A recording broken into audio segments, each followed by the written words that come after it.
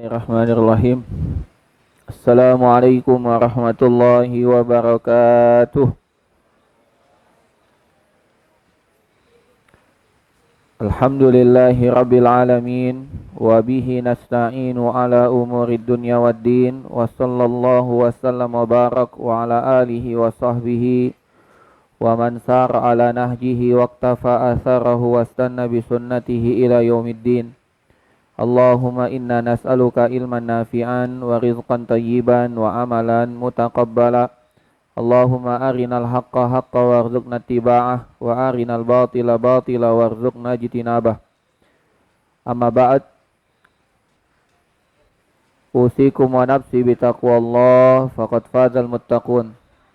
Para jamaah sekalian, bapak-bapak dan ibu-ibu, para ikhwan, para akhwat, para hadirin yang semoga dirahmati oleh Allah Subhanahu wa taala. Alhamdulillah, pada malam hari yang berbahagia ini Allah Subhanahu wa taala memberikan kita begitu banyak nikmat. Salah satu dari nikmat yang Allah Subhanahu wa taala berikan, dan ini mungkin dikhususkan hanya untuk kita, yaitu kesempatan untuk hadir di masjid melaksanakan ibadah kepada Allah, mulai dari ibadah sholat berjamaah, dilanjutkan beribadah menuntut ilmu agama. Ini nikmat yang agung yang Allah berikan kepada hamba pilihan. Kata Nabi SAW, man yuridillahu bihi khairan yufaqihu fiddin. Siapa yang Allah inginkan kebaikan untuk dirinya, maka Allah jadikan dia faqih, memahami fikih dalam agama. Para jamaah sekalian rahimani wa rahimakumullah, insyaallah pada kesempatan malam hari yang berbahagia ini kita akan membahas sebuah kitab kecil yang disusun oleh seorang ulama, yaitu beliau adalah Al-Imam Al-Allamah Abdurrahman Ibn Nasir Ibn Abdillah As-Sa'di atau As-Sa'di rahimahullahu ta'ala. Sebuah kitab yang disusun oleh seorang ulama dari Arab Saudi bernama Al-Imam Al-Allamah Syekh Abdurrahman bin Nasir bin Abdillah As-Sa'di, yang memiliki kitab yang terkenal, Tafsir As-Sa'di. Tafsir As-Sa'di. Nah, ini beliau punya kitab dalam fikih yang beliau beri judul Manhajus Salikin wa Tawdihul Fiqhi Fiddin. Manhajus Salikin, metode yang ditempuh oleh orang yang ingin berjalan dan penjelasan fikih dalam agama. Jadi ini pedoman, pegangan bagi orang yang ingin berjalan, maksudnya berjalan menempuh pemahaman agama. Nah, para jamaah sekalian rahimani wa rahimakumullah, buku ini adalah buku ringkas sehingga pembahasannya tidak panjang lebar, tidak banyak membahas masalah perselisihan khilaf. Yang akan kita bahas ini masalah fikih. Secara umum fikih itu terbagi menjadi dua. Yang pertama fiqhul akbar. Yang pertama fiqhul akbar, fikih yang besar. Yang dimaksud fikih yang besar ini adalah masalah akidah, masalah keyakinan, masalah i'tiqad, itu juga disebut fikih. Namun fikih akbar, fiqhul akbar.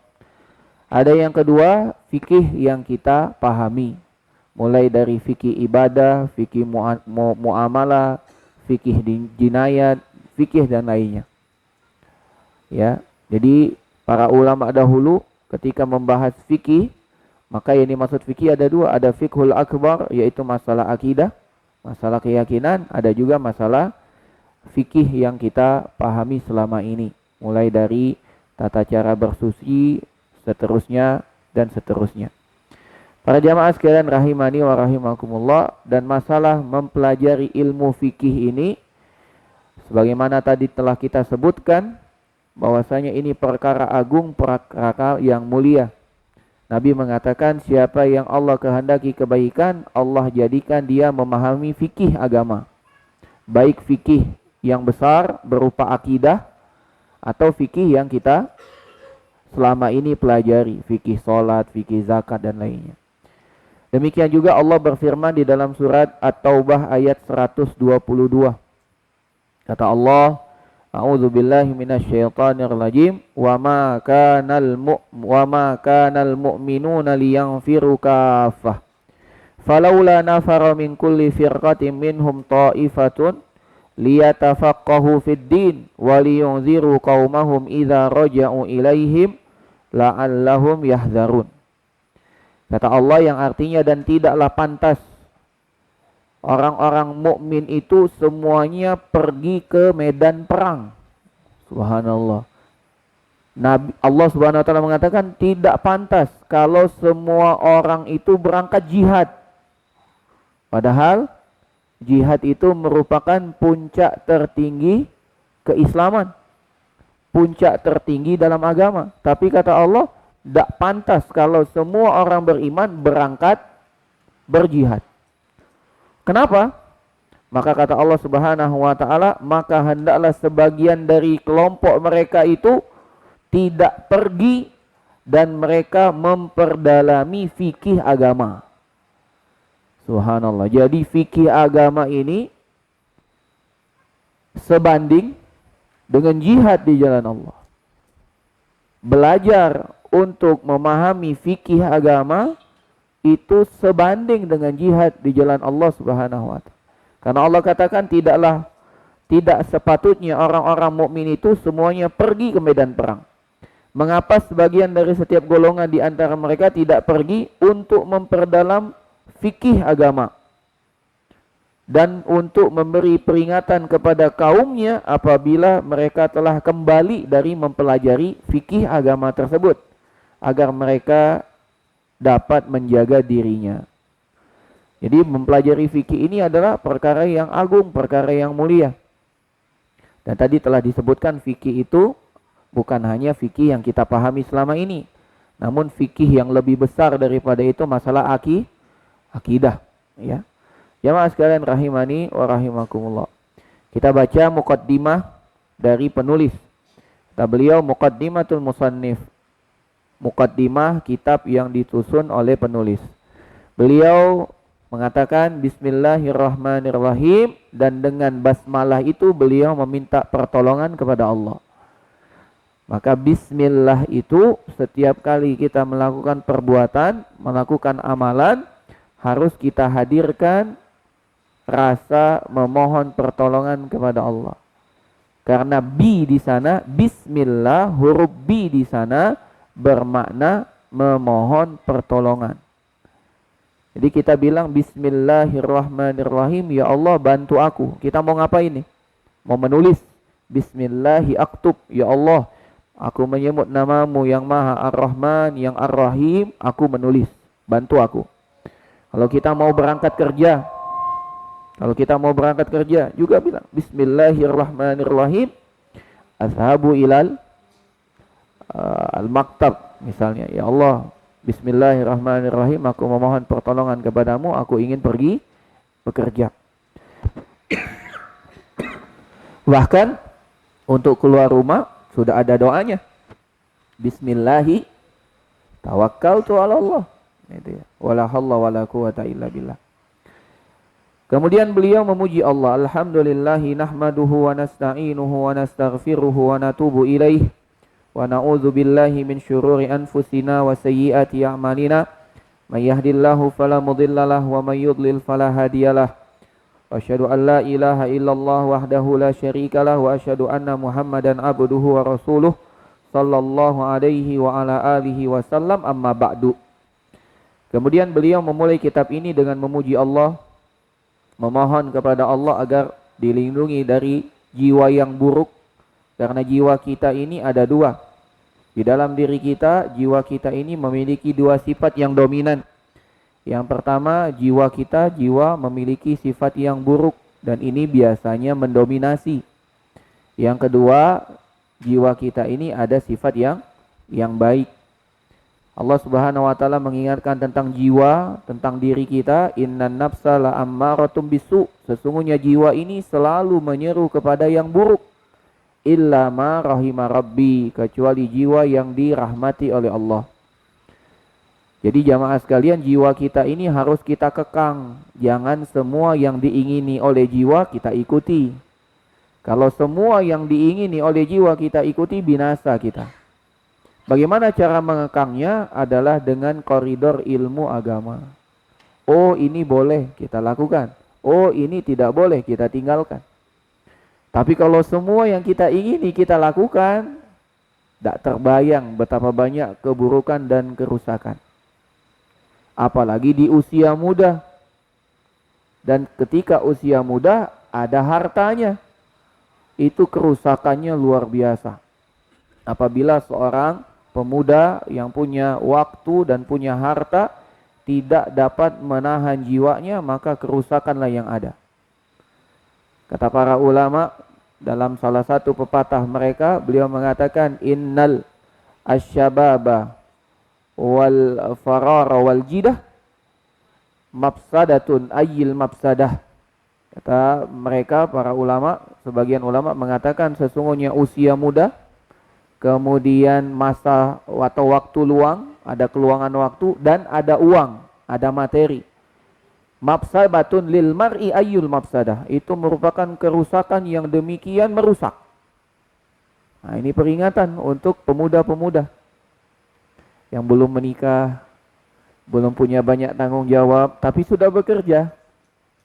Kalau dia tidak gunakan waktunya untuk beribadah kepada Allah, maka pasti digunakan untuk maksiat.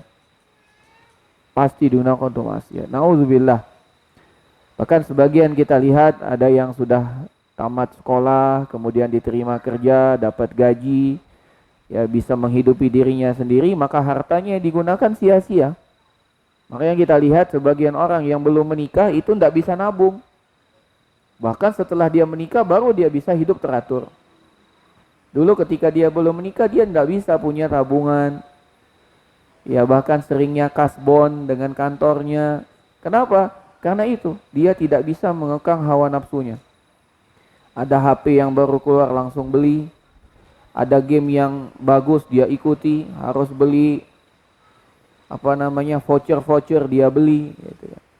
Namanya punya uang dan dia luang. Ya, maka masa muda ini kita harus gunakan sebaik-baiknya, salah satunya nuntut ilmu. Nikmat sekali nuntut ilmu. Sehingga jiwa kita baik, tidak terjatuh dalam jiwa yang buruk. Demikian juga beliau memohon perlindungan kepada Allah dari amalan yang buruk. Ini menunjukkan amalan itu ada dua, ada amalan yang baik, ada amal yang buruk. Dan ketahuilah amalan yang baik itu adalah amalan yang ikhlas dan amalan yang sesuai petunjuk Rasul. Jadi baik buruknya amalan itu tidak dapat dinilai dengan pribadi, jangan dinilai dengan jiwa lagi. Menurut saya bagus, enggak.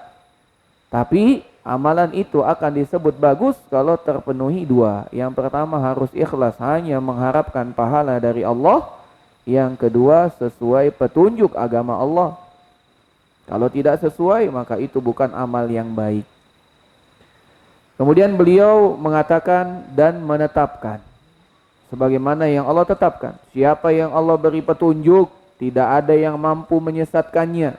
Siapa yang Allah sesatkan, maka tidak ada satupun yang dapat memberi petunjuk. Maka kita tidak boleh bangga diri.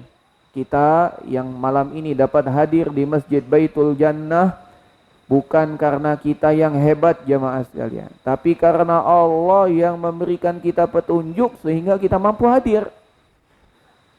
Dengan memberikan atau dengan menghadirkan hal seperti ini, kita tidak akan mudah untuk mencela orang lain. Bahkan kita selalu memohon kepada Allah keistiqomahan.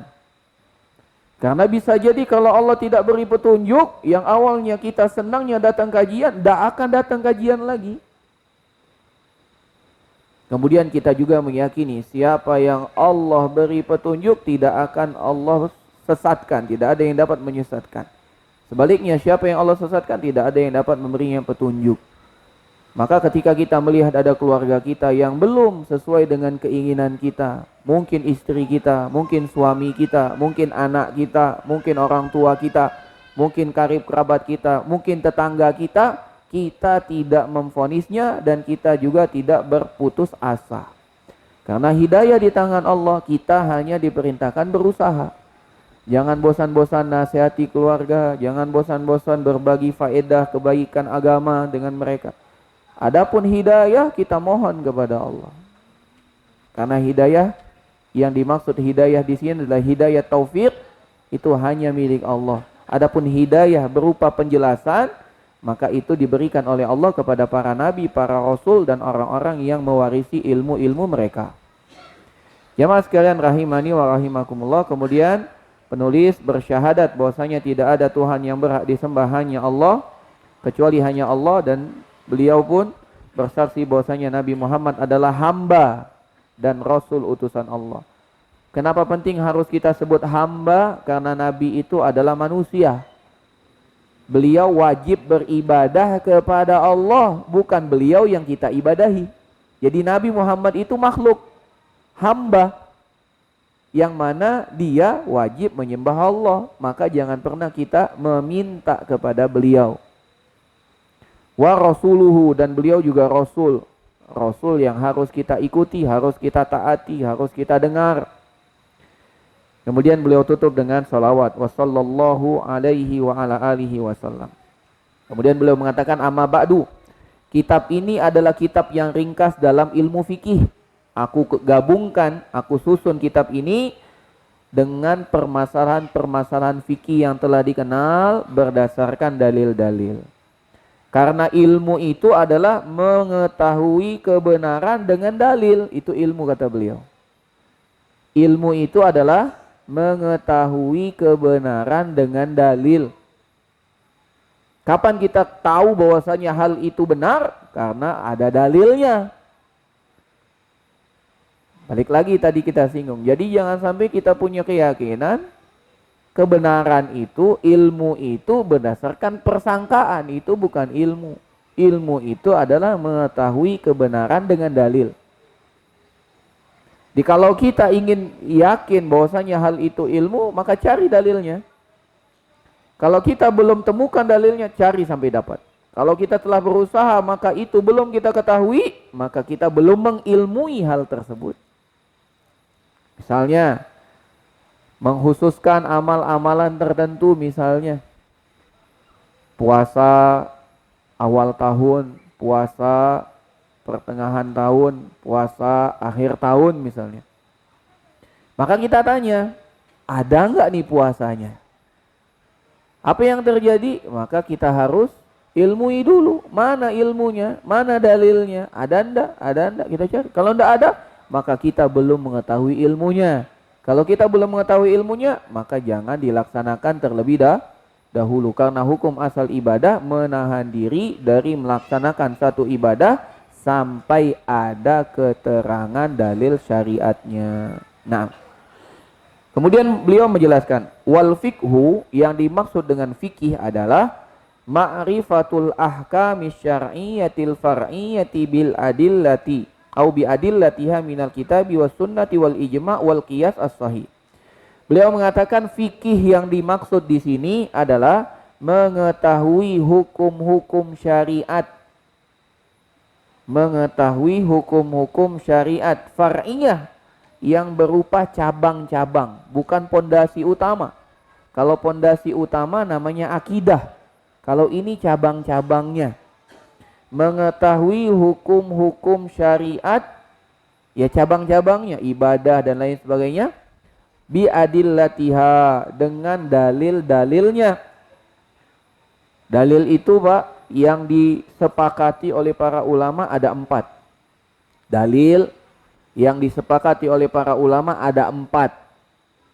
Yang pertama Al-Quran, yang kedua Al-Hadis, yang ketiga Al-Ijma', kesepakatan kaum muslimin, yang keempat Al-Qiyas, ini sumber hukum Islam yang disepakati.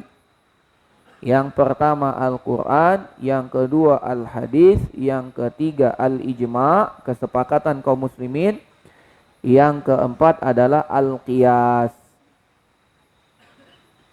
Ya, ini 4. Inilah dalil-dalil syariat yang disepakati ulama. Jadi jangan sampai kita berdalil dengan ucapan ustadz. Ucapan ustadz bukan dalil. Ada enggak tadi ucapan ustadz? Tidak ada. Tapi kita boleh menggunakan dalil yang disampaikan oleh Pak Ustadz. Boleh. Asalkan dalilnya Al-Quran, Al-Hadis, Ijma', Qiyas. Jadi jangan sampai salah. Kenapa kamu sholat ini? Kata Pak Ustadz boleh. Mana dalilnya? Pak Ustadz. Nah, maka Pak Ustadz bukan dalil. Gitu. Tapi kalau kita, kenapa begitu? Ada dalilnya. Mana dalilnya? Waktu itu Ustadz jelaskan, tapi saya lupa. Tapi saya yakin itu dari Al-Quran, dari Al-Hadis. Boleh.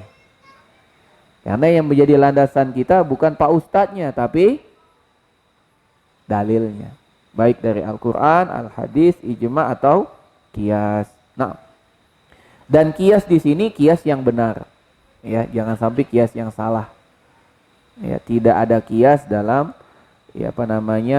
hal-hal yang memang telah Allah jelaskan. Tidak ada. Qiyas itu kata Syekhul Islam Ibnu Taimiyah dilakukan kalau tidak kita dapati teks jelas dari Al-Quran, dari hadis, dari ijma'.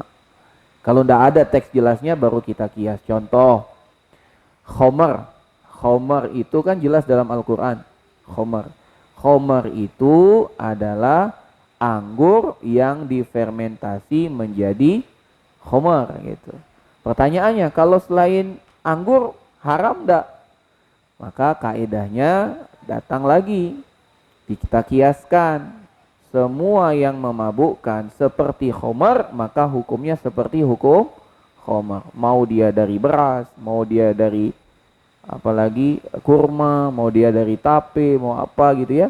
Kalau dia dibuat sampai dia memabukkan, maka itu namanya khomer. Nah, itu namanya qiyas. Ya. Demikian juga yang mana lagi misalnya, yang lain banyak qiyas-qiyas yang benar, tapi tidak ada atau jangan sampai qiyas yang salah. Kemudian beliau mengatakan waqtasartu 'alal adillatil masyhurati khaufan minat tatwil. Dan pada kitab ini beliau hanya akan menyebutkan dalil-dalil yang terkenal. Maksudnya dalil-dalil yang diakui. Kenapa? Karena kitab ini kitab ringkas. Maka jamaah sekalian nanti kalau dalam pembahasannya nanti kita dapati ada perkara yang kita kuatkan dalam pembahasan ini. Ya. Maka jangan sampai punya keyakinan inilah yang benar. Yang lain salah. Enggak. Karena dalam masalah fikih, terutama fikih ibadah, itu kita harus berdasarkan dalil. Selagi ada dalilnya, walaupun berbeda dan dalilnya benar, maka kita harus lapang dada. Contoh masalah doa iftitah nanti. Dalil satu misalnya disebutkan di sini, Allahumma ba'id baini. Dalil yang lain mengatakan Allahu Akbar kabira. Wah, bid'ah itu tidak ada di kitab ini. Enggak. Ya, jadi hanya yang disebutkan yang masyhur saja, yang terkenal saja di kalangan para ulama. Dan bisa jadi yang beliau sebutkan belum terkenal di kita, gitu ya. Karena mungkin di kita banyak mengambil dari mazhab Imam Syafi'i, mazhab Syafi'i, ya. Jadi yang kita sampaikan hanyalah yang dalil-dalil terkenal di kalangan para ulama secara umum, ya. Kita tidak di mazhab tertentu, wallahu a'lam bishawab. Nah, kemudian beliau mengatakan wa idza kanatil mas'alatul khilafiyatan, kalau seandainya nanti ada permasalahan yang sifatnya khilafiyah, perselisihan, namun perselisihannya yang diakui Pak ya, bukan yang tidak diakui, perselisihannya yang diakui, maka beliau akan mencukupkan dengan ucapan atau pendapat yang paling kuat menurut beliau, ya. Taba'an lil adillatil masyar'iyah, yang beliau menguatkan itu berdasarkan dalil yang beliau pahami. Yang paling kuat menurut beliau. Taib, jamaah sekalian rahimani wa rahimakumullah. Kemudian beliau memulai kitab ini dengan memberikan penjelasan bahwasanya hukum dalam agama kita ini atau dikenal dengan hukum taklifiyah itu ada 5. Al-ahkamul khamsah, hukum yang 5. Tidak ada 6, hanya 5. Yang pertama wajib. Apa itu wajib? Wajib itu adalah apa-apa yang mendapat pahala ketika dikerjakan, diberikan hukuman saat ditinggalkan. Itu namanya wajib.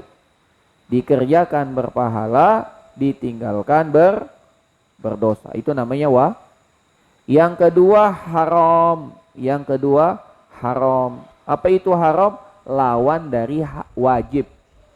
Lawan dari wajib haram. Jadi apa arti haram?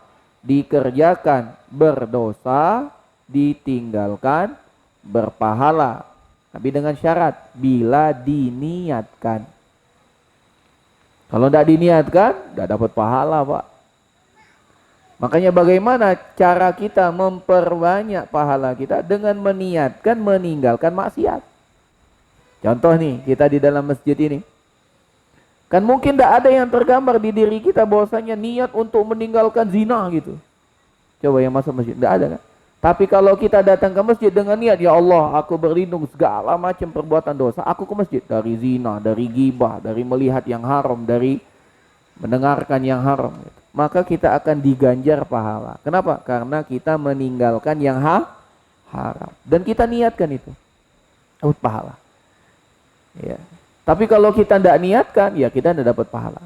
Baru kita akan dapat pahala kalau kita dihadapkan dengan perkara yang haram itu. Misalnya di jalan, melihat ada wanita yang terbuka aurat. Jiwa mengatakan, lihat. Tapi kita ingat, ini akhafullah, aku takut kepada Allah. Kita palingkan wajah kita, maka detik itu kita berpahala. Kenapa? Karena kita menolak dari yang haram. Demikian juga kita disuguhkan makanan, wow, enak sekali ya. Ada khomernya yang sudah difermentasi 100 tahun yang harganya satu liternya 100 juta misalnya. Oh, ini memabukkan ini, kita berpaling. Maka saat kita meninggalkan itu kita berpahala. Tapi bagaimana caranya kita tetap dapat pahala itu walaupun dia tidak ada di hadapan kita? Maka kita niatkan. Aku ya Allah meniatkan untuk meninggalkan itu semua. Maka insya Allah kita akan mendapatkan pahala. Yang ketiga dari hukum agama ini adalah al-masnun atau sunnah. Yang pertama wajib, yang kedua haram, yang ketiga sunnah. Apa itu sunnah? Dikerjakan berpahala, ditinggalkan tidak berdosa. Itu sunnah. Dikerjakan berpahala, ditinggalkan tidak berdosa. Namun orang Islam, orang yang pintar menganggap dan meyakini sunnah itu dikerjakan berpahala, ditinggalkan rugi. Kok bisa begitu Ustaz? Iya. Contohnya apa? Contohnya kita berdagang misalnya. Berdagang. Yang kita yakin dagangan kita ini dicari orang. Kebetulan hari ini ada kalangan. Dan kita ada kesempatan untuk berjualan. Apakah berdosa ketika kita tidak berjualan hari ini? Tidak jawabnya. Tapi kalau kita sampai tidak berjualan hari ini, stok kita punya, orang butuh, cuman kita tidak mau berdagang. Padahal hari ini kalangan, apalagi harga karet lagi naik misalnya. Ya, itu waktu orang belanja. Kita katakan enggak, saya enggak mau. Kan enggak wajib gitu ya. Apa yang akan orang katakan? Wah, rugi sekali kamu. Kenapa? Karena tidak memanfaatkan momen untung besar. Begitulah juga pahala ibadah sunnah. Memang dia tidak berdosa, tapi kalau ditinggalkan, masa kita tinggalkan sesuatu yang dengan melakukannya kita panen pahala. Dan kita harus yakin bahwasanya tidak ada satupun di antara kita pasti melakukan dosa setiap harinya. Apa ada di antara kita yang tidak melakukan dosa? Tidak ada. Pasti punya dosa. Dan kata Nabi SAW, ikutilah dosa itu dengan kebajikan. Niscaya kebajikan akan menghapuskan dosa-dosa tersebut. Maka dosa sudah pasti, kok ya kita tidak mau menambah dengan yang sunnah. Maka yakinilah sunnah itu ditinggalkan merugi atau dikerjakan berpahala, kalau ditinggalkan merugi untuk kita jika dibandingkan dengan kehidupan panjang negeri akhirat. Yang keempat, lawan dari sunnah yaitu makruh. Apa itu makruh? Dikerjakan tidak berdosa, ditinggalkan malah berpahala. Itu makruh. Ya. Namun jamaah sekalian, nanti kalau kita belajar dengan kitab-kitab para ulama terdahulu, maka makruh di kalangan para ulama terdahulu artinya dibenci. Dibenci itu artinya haram. Ya, dan itu juga ada dalam Al-Qur'an di dalam surat Al-Isra. Allah Subhanahu wa taala sebutkan dengan indallahi makruha. Di sisi Allah itu dibenci, maksudnya haram. Itu kalau istilah para ulama terdahulu, ya. Jadi makruh itu lebih condong ke yang haram. Namun secara hukum syariatnya makruh itu dikerjakan tidak berdosa, ditinggalkan malah berpahala. Gitu ya. Wallahu a'lam bishawab. Yang terakhir adalah mubah. Mubah itu apa? Tidak memiliki konsekuensi apapun. Ditinggalkan tidak berdosa, dilakukan pun tidak berpahala. Atau dibalik, dikerjakan tidak berdosa, ditinggalkan pun tidak berpahala. Dia tidak memiliki konsekuensi apapun. Ya. Huwallazi fi'luhu wa tarkuhu ala haddin sawa, dilakukan ditinggalkan sama saja. Nah, itu namanya mubah. Wa yajibu 'alal mukallafi an yata'allam minal fiqhi kullama yahtaju ilaihi fi ibadatihi wa muamalatihi wa ghairiha. Wajib bagi setiap muslim atau setiap manusia untuk mempelajari fikih yang ia butuhkan dalam ibadahnya, dalam pergaulannya, dan dalam semua aspek kehidupannya. Kenapa? Karena Nabi SAW mengatakan, siapa yang Allah ingini kebaikan untuk dirinya, Allah jadikan dia paham agama. Allah jadikan dia memahami fikih dalam agama. Nah, jamaah sekalian rahimani wa rahimakumullah, langsung saja kita masuk pada pembahasan yang pertama, fikih bersuci, yaitu kitabut thaharah, fikih bersuci. Jamaah sekalian rahimani wa rahimakumullah, dalam memulai pembahasan ini beliau memulai dengan hadis dari Nabi sallallahu alaihi wasallam.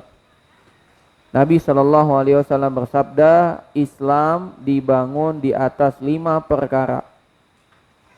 Yang pertama, bersyahadat bahwasanya tidak ada Tuhan yang berhak disembah dengan benar kecuali Allah, dan bersaksi bahwasanya Nabi Muhammad adalah hamba dan rasul utusan Allah. Itu yang pertama. Yang kedua, mendirikan sholat. Yang ketiga, menunaikan zakat. Yang keempat, melaksanakan ibadah haji. Yang kelima, berpuasa di bulan Ramadan. Jadi beliau memulai dengan hadis ini. Kemudian beliau juga menjelaskan, fasyahadatu alla ilaha illallah ilmul abdi wa i'tiqaduhu.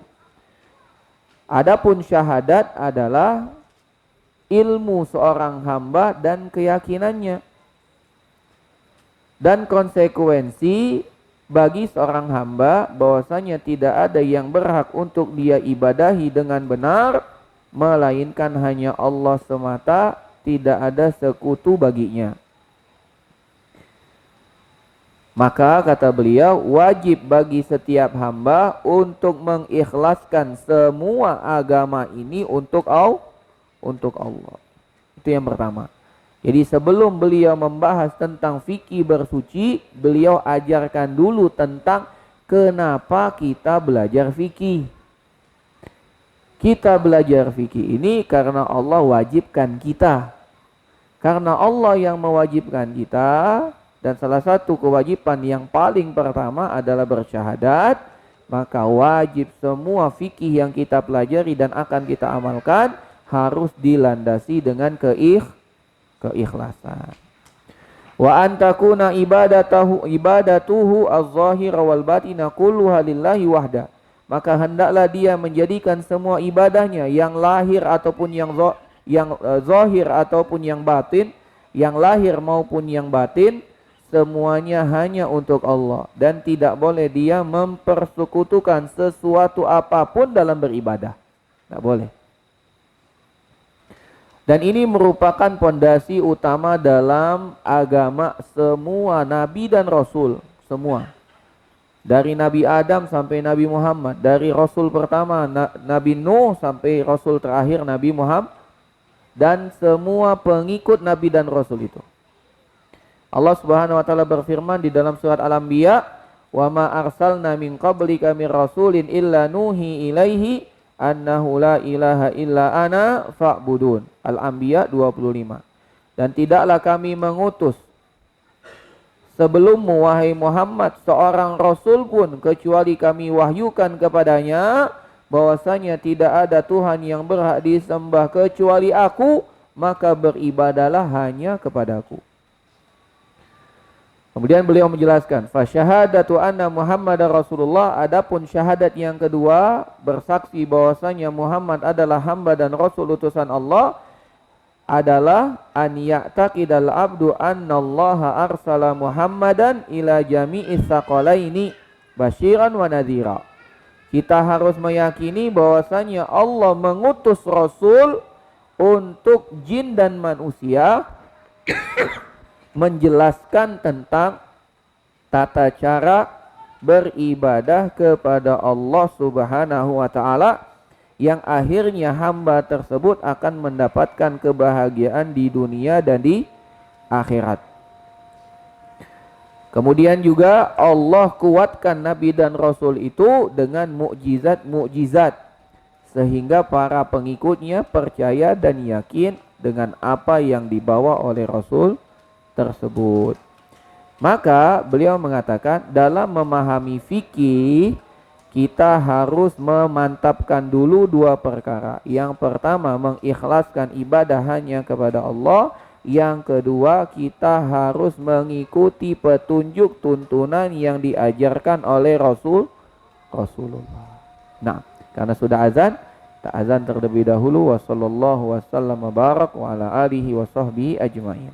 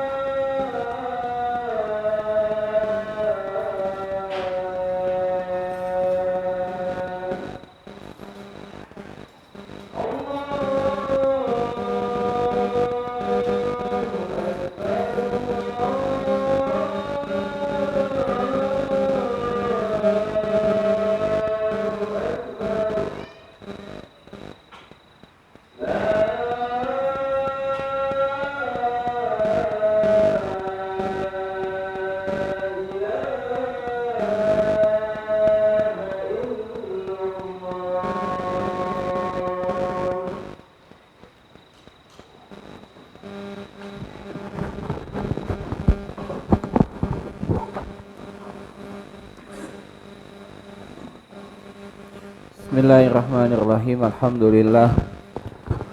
Wassallallahu wasallam wa barak wa ala alihi wa sahbihi wa mawalah. Kemudian kita lanjutkan jamaah sekalian. Setelah kita mendengar penjelasan dari beliau tentang rukun yang pertama dari rukun Islam, beliau membawakan hadis bahwasanya Islam ini dibangun atas 5: syahadat, salat, puasa, syahadat, salat, zakat, haji, puasa. Beliau memulai dari syahadat yang intinya dalam menjalankan ibadah ini, terutama dalam masalah fikih ini, kita harus mengikhlaskan semua ibadah kita hanya kepada Allah. Yang kedua, kita harus mengikuti petunjuk Rasul Shallallahu Alaihi Wasallam dalam melaksanakan ibadah tersebut. Beliau kemudian melanjutkan wa ammas shalah, adapun rukun Islam yang kedua yaitu salat.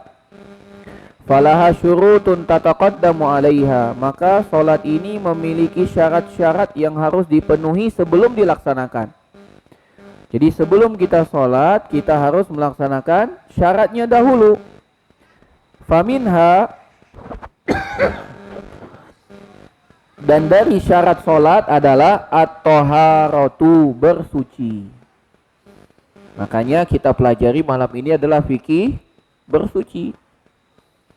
Kama qala Nabiyyu, sebagaimana yang disampaikan oleh Nabi sallallahu alaihi wasallam, la yaqbalullahu salatan bighairi tahurin au bighairi tuhurin, muttafaqun alaih. Kata Nabi, Allah tidak menerima salat orang yang tidak bersuci. Tidak diterima salat orang yang tidak bersuci, maka harus bersuci. Faman lam yatatahhar minal hadasil akbari wal asghari wan najasati fala salata lahu. Siapa saja yang belum bersuci, baik dari hadas kecil, hadas besar atau dari najis, maka salatnya tidak diterima. Maka mempelajari tentang masalah bersuci penting tidak, Pak? Penting, karena berkaitan dengan rukun Islam. Kemudian beliau menjelaskan wa taharatu naw'an, bersuci itu ada dua macam. Yang pertama bersuci dengan air. Inilah hukum asalnya. Yang kedua adalah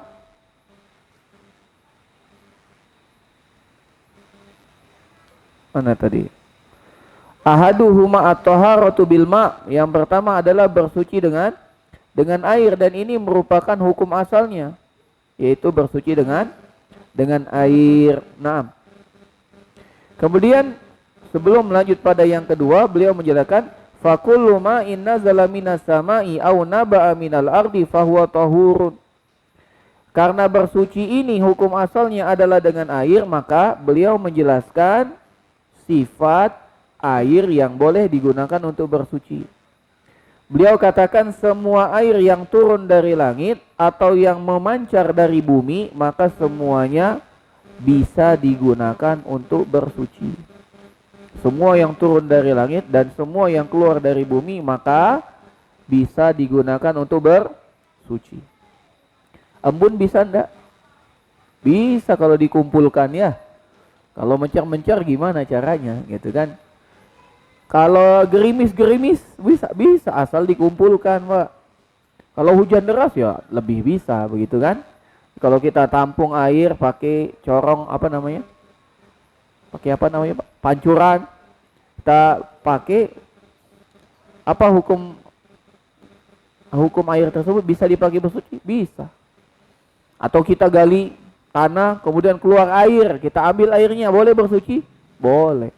Tapi saat airnya kotor, ya bisa diendapkan terlebih dahulu. Sebagaimana air hujan kita endapkan terlebih dahulu. Kalau di danau Ustaz gimana? Boleh. Danau airnya dari mana? Mungkin dari langit, mungkin dari bawah. Halal. Boleh untuk bersuci. Air danau, air sumur, air laut, air sungai, semuanya boleh. Kemudian beliau mengatakan, yutahhiru minal ahdasi wal akhbas. Air-air tersebut dapat menghilangkan atau dapat mensucikan dari hadas dan dari najis. Walau taghayyara ta'muhu aw launuhu aw riruhu bi syai'in tahir. Kemudian beliau mengatakan, hukum asalnya air yang datang dari langit atau yang keluar dari bumi, maka semuanya dapat digunakan untuk bersuci. Namun apabila ya air tersebut tercampur dengan sesuatu yang dengan sesuatu tersebut warnanya berubah, rasanya berubah, baunya berubah, maka dapat berubah juga hal tersebut. Ya. Kalau dia berubah warna, rasa, bau dengan sesuatu yang najis, maka air tersebut menjadi najis. Kalau dia berubah warna, bau dan rasa secara menyeluruh begitu ya, dengan sesuatu yang suci atau sesuatu yang tidak najis, namun merubah unsur tersebut menjadi wujud lain atau menjadi bentuk lain, maka dia tidak dapat digunakan untuk bersuci lagi. Contoh, air hujan kita tampung atau air sumur kita ambil, kita masak. Jadi air masak, air mateng. Ya, yang sekarang sudah jarang ya. Semua pakai air RO gitu ya sekarang ya. Kalau dulu semua air tuh masak, kalau ini tidak masak, Pak. Ya. Nggak ada. Udah jarang di rumah masak air kan? Jarang. Padahal air masak lebih enak rasanya. Taib. Nah, ini bisa untuk dipakai bersuci enggak? Bisa. Berubah enggak baunya? Enggak berubah. Berubah enggak rasanya? Enggak berubah. Berubah enggak baunya? Enggak berubah. Maka boleh dipakai. Walaupun sudah dimasak. Jadi kalau pagi-pagi kita kedinginan untuk mandi, pakai air panas boleh enggak? Boleh.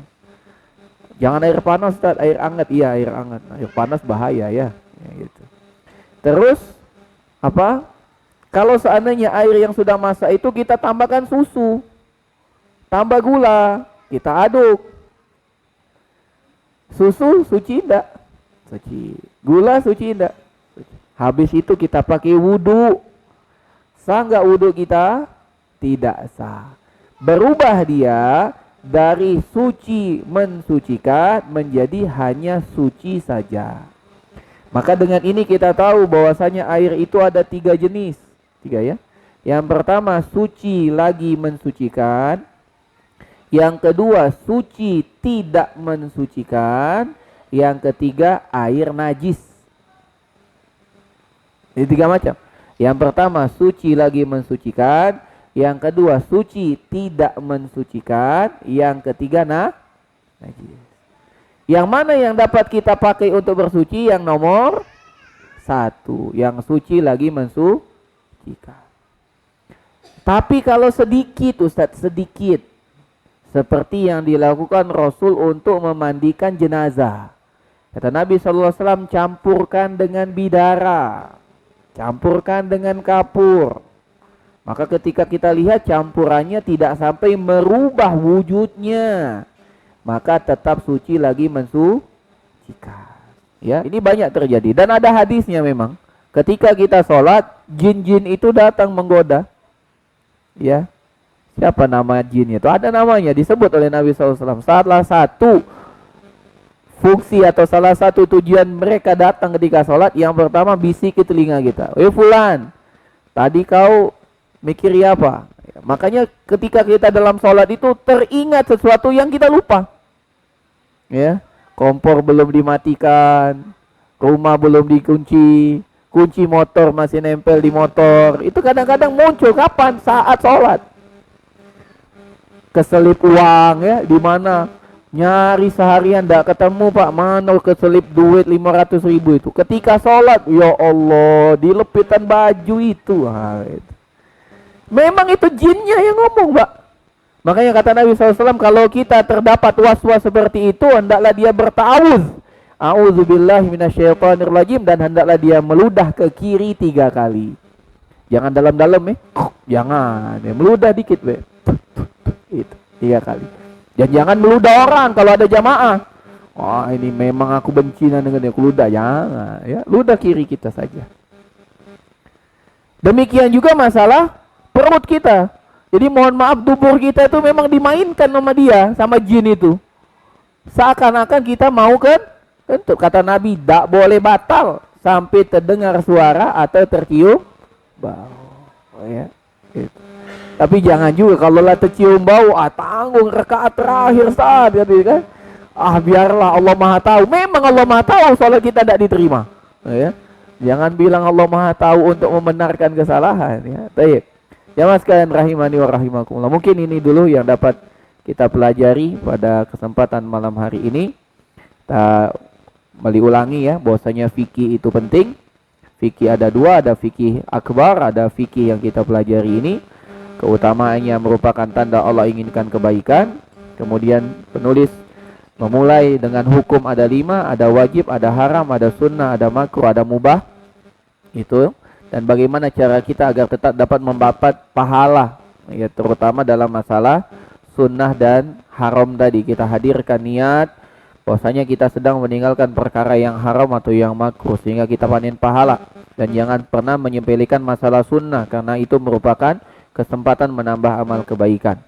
Kemudian beliau memulai juga dengan penjelasan rukun Islam itu ada 5, syahadat, sholat, zakat, haji, dan puasa. Beliau mulai dengan syahadat, bahwasanya ibadah itu harus didasari dengan keikhlasan. Demikian juga harus mengikuti petunjuk Rasulullah. Kemudian masuk dalam masalah sholat.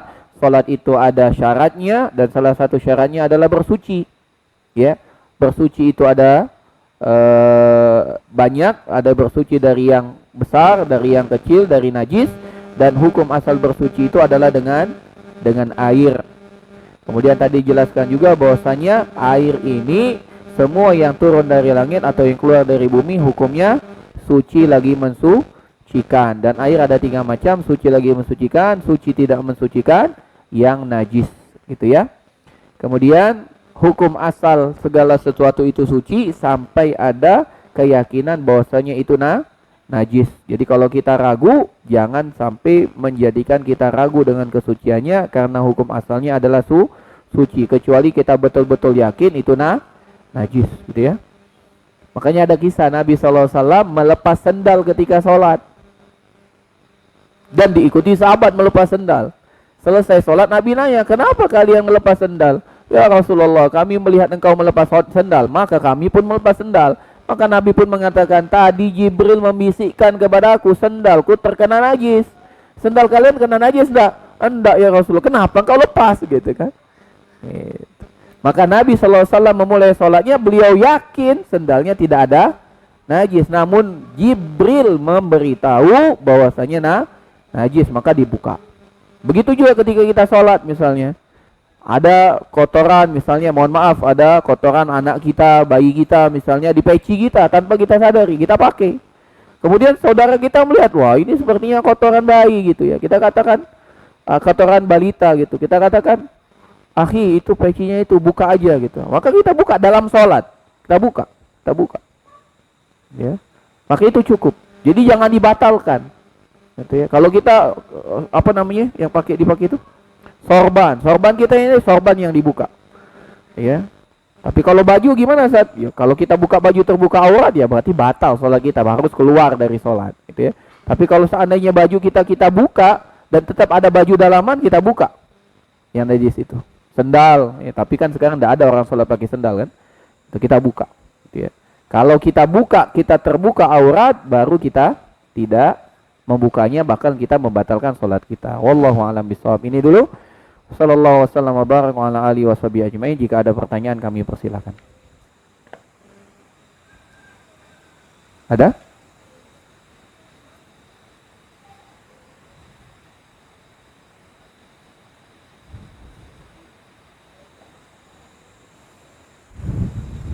Tidak ada ya? Kalau tidak ada kita cukupkan. Wassallallahu wasallam wa baraka ala alihi washabihi ajmain. Jazakumullahu khairan. Subhanakallahumma bihamdika asyhadu an la ilaha illa anta astaghfiruka wa atubu ilaik. Assalamualaikum warahmatullahi wabarakatuh.